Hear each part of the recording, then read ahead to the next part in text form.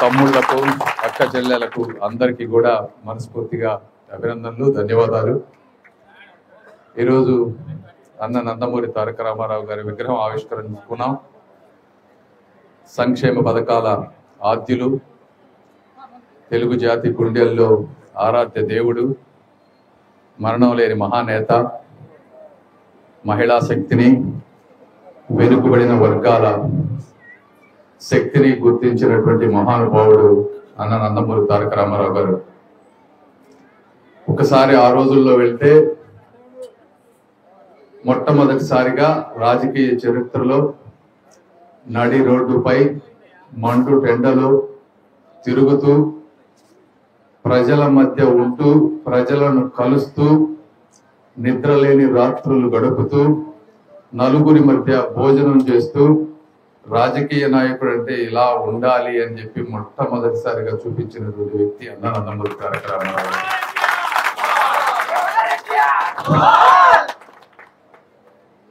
అదేవిధంగా ఆ రోజు బడుగు బలహీన వర్గాల్లో ఉన్నటువంటి చదువుకున్న వారిని, తెలివైన వారిని, గుర్తింపబడని వారిని అందరినీ వెతికి తీసుకొచ్చి పెట్టిన వ్యక్తి అన్న నందమూరి తారక రామారావు గారు రాజకీయాల్లో. మళ్ళీ అదే స్ఫూర్తిని ఈరోజు చూస్తే ఈ ఎలక్షన్స్ ముందు నారా లోకేష్ గారు కూడా అదే పందాలో 3000 కిలోమీటర్ల యువగళం పాదయాత్ర చేసి ఎన్ని అడ్డంకులు వచ్చినా తెలుగుదేశాన్ని విజయ తీరానికి తీసుకొచ్చారు. మాలాంటి ఎంతో మంది యువకుల్ని ఆ రోజు నందమూరి తారక రామారావు గారు ఏ విధంగా రాజకీయాల్లో తీసుకొచ్చారో అదే విధంగా ఈరోజు కూడా తీసుకొచ్చి నారా లోకేష్ గారు కానీ, చంద్రబాబు నాయుడు గారు కానీ, అదేవిధంగా పవన్ కళ్యాణ్ గారు కానీ వీళ్ళందరూ కలిసి ఒక శక్తివంతమైన ఎంపీలని భారతదేశానికి పరిచయం చేశారు.